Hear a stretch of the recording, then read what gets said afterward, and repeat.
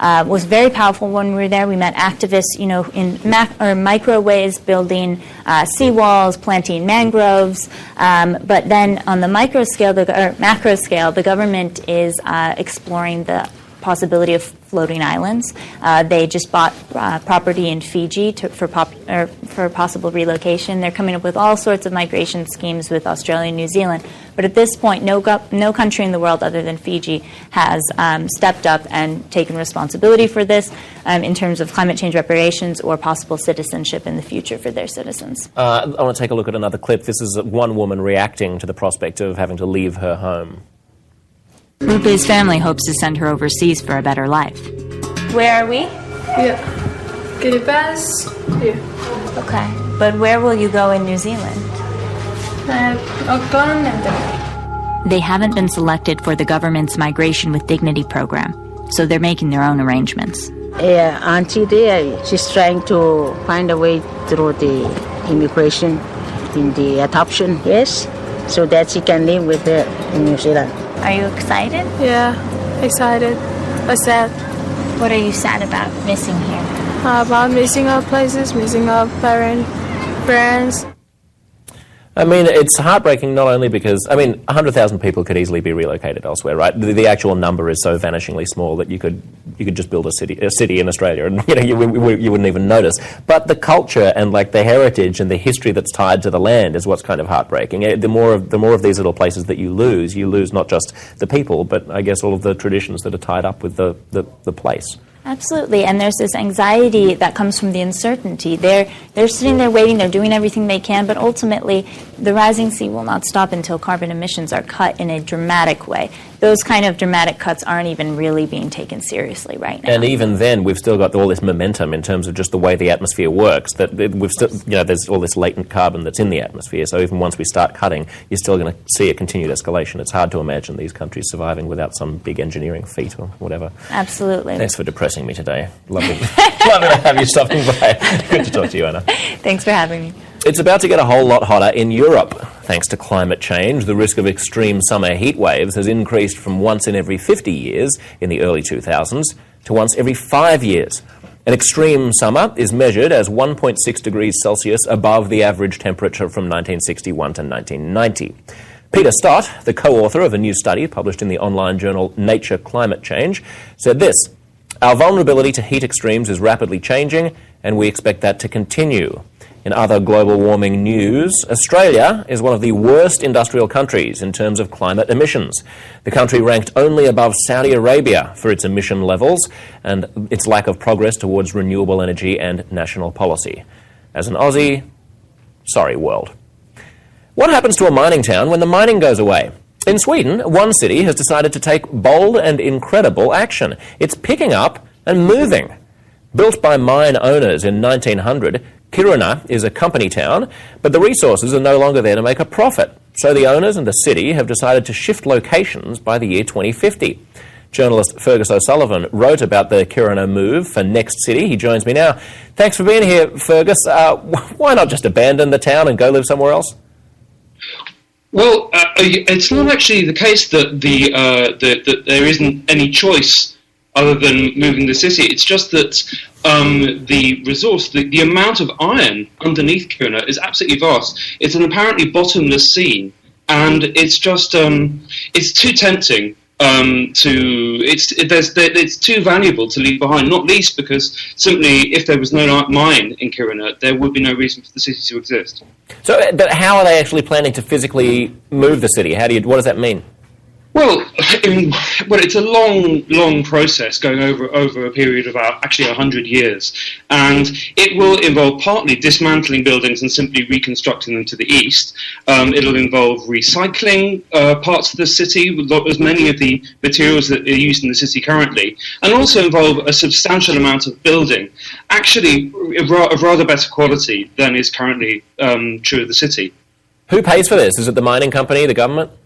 It's the mining company, but the mining company is owned by the government, so right. It comes out of the profits of the mine, which is very lucrative. Is there a precedent for this kind of thing?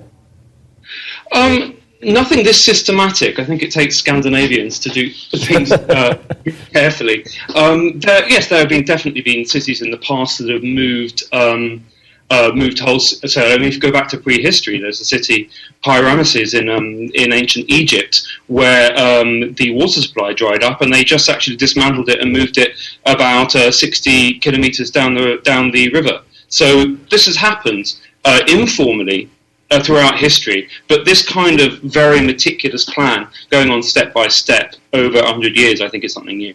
Is there anything geographically unique about Kiruna that makes this more feasible than it would otherwise be? Well, what makes it more feasible is really the attitude of the people. I mean, it's in the extreme far north of Sweden. It's the northernmost town in the entire country, and the population is there because of the mining. So they do have a kind of pioneer spirit. It's only founded a bit over a century ago. So that makes people far, far more adaptable and prepared to move, seeing as they know that's why they're there. And they in the sort of 70s and 80s, they had a lot of problems with the iron ore market going down, and so they know what it feels like to live in a city where the mine isn't doing as well as it could. So that's why they're perhaps uniquely eager to move. Fascinating. Thanks, Fergus. Good to talk to you. My pleasure. A Korean Air flight on Friday from New York to Seoul returned to the gate after an angry executive seated in first class wasn't pleased with how she was served her nuts. Cho Hyun-ah is the eldest daughter of the chairman of Korean Air. Daddy appointed her as vice president responsible for cabin service. That's not uncommon in South Korea, where the economy is dominated by big family-controlled conglomerates. Anyway, when Daddy's girl boarded the flight at JFK and took her first-class seat, she suffered a horrifying calamity. Her macadamia nuts came in a little bag instead of on a dainty plate. Cho summoned the head of the flight's cabin crew and demanded to know if the flight attendant was following the in-flight service manual. When she didn't get a satisfactory response, she ordered the pilot to return to the gate and booted the cabin crew chief off the plane. The flight departed 20 minutes late. Cho has since faced a backlash in South Korea, and she was forced to resign today, Tuesday. So, next time you stuck up the back of coach, paying $11 for a bag of Crinkle's sweet potato chips, say a silent prayer that the folks at the pointy end were handed their nuts on a plate. That's it for World Brief today. You can join the conversation by leaving a comment in our comment well or tweeting the stories you're following to me at Josh Sepps. Stay tuned, much more coming up on HuffPost Live.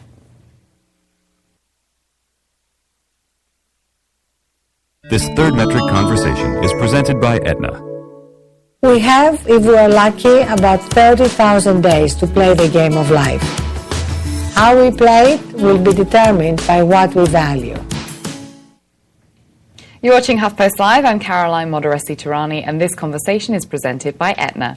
Now, we're still weeks away from the new year, and some people are already trying to decide what to prioritise in 2015. But perhaps a head start is the best way to make sure you don't give up on your New Year's resolutions. Well, joining me now to discuss are Amanda McGee, an advertising professional, Annie Coletti, a blogger at hopethought.com, and Monique Ruffin, a life coach and blogger for Purple Clover. So everyone, thank you very much for joining me today. Annie, I want to start with you because you decided to get a jump start on your 2015 goals. So what have you done so far?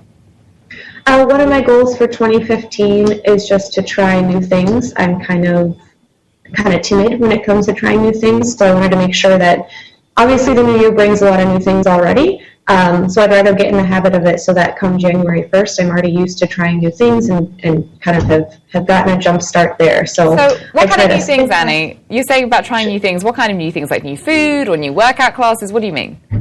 Kind of a mix of things. I'm aware that I'm not going to say jet set overnight somewhere crazy or anything like that, but I tried a new spin class last month. I tried listening to a podcast, which I hadn't done before. I have another workout class I'm trying tomorrow, actually, and plan on skiing at the end of December. So that's my big risk.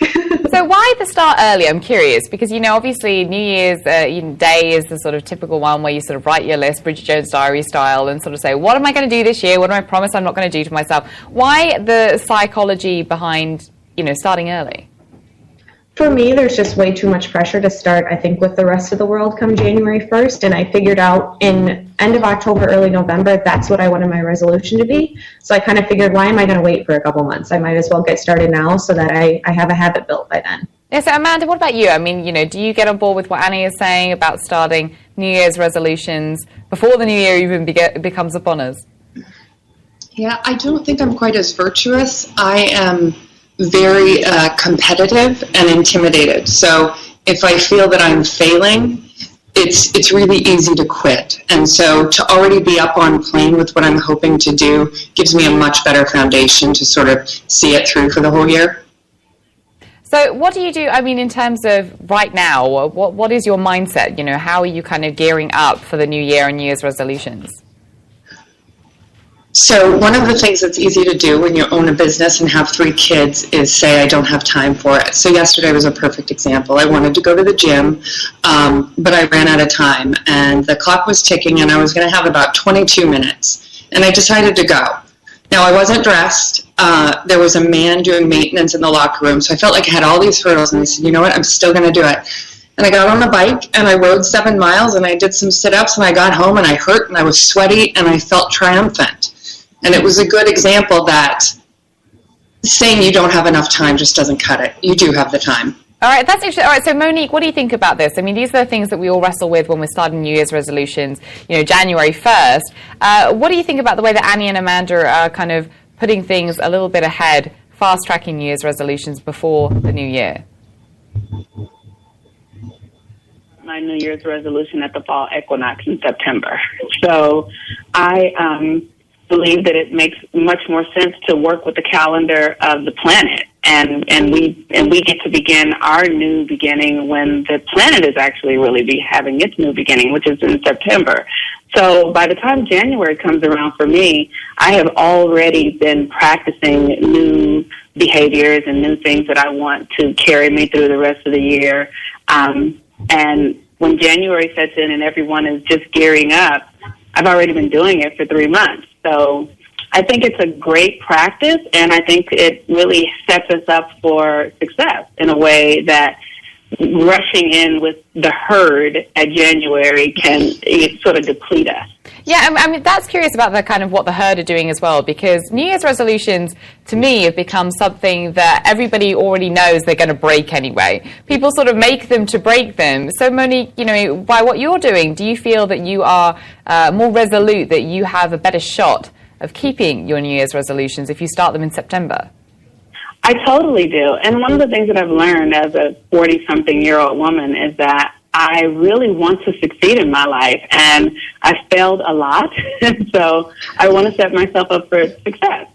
And this is just one of the ways that I do it, especially like the other guest was saying, when you have children. I'm also a single parent, so I have to really prepare and really create a calendar that allows me to succeed. And I want that. It helps me. I feel better about my life when I'm succeeding at things, so I have to just create out all the plans towards success. Yeah, and A.H. Leach, who's watching, agrees and says that first of the year resolutions simply do not work.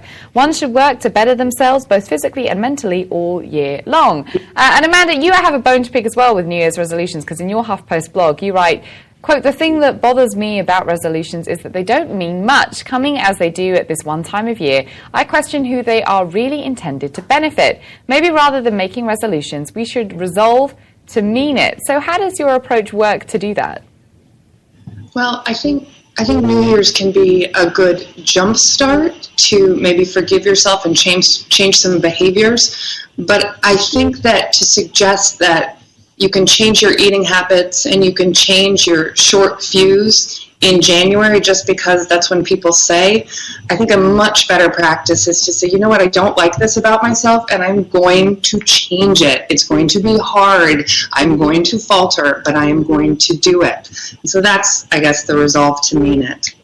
Yeah, what do you think about that, Annie? Because on your blog, you're upfront about how your New Year's resolutions have often conflicted with each other. I mean, you write, quote, "Typically my New Year's resolutions tend to be a little bit conflicting. For example, last year I resolved to be better about saving money. I also resolved to travel more and try new restaurants. I decided I wanted to eat healthier and also bake more." See what I mean? Do you think that the main problem then with New Year's resolutions is that we try to load it all on at once and just don't ease into something a little bit more realistic?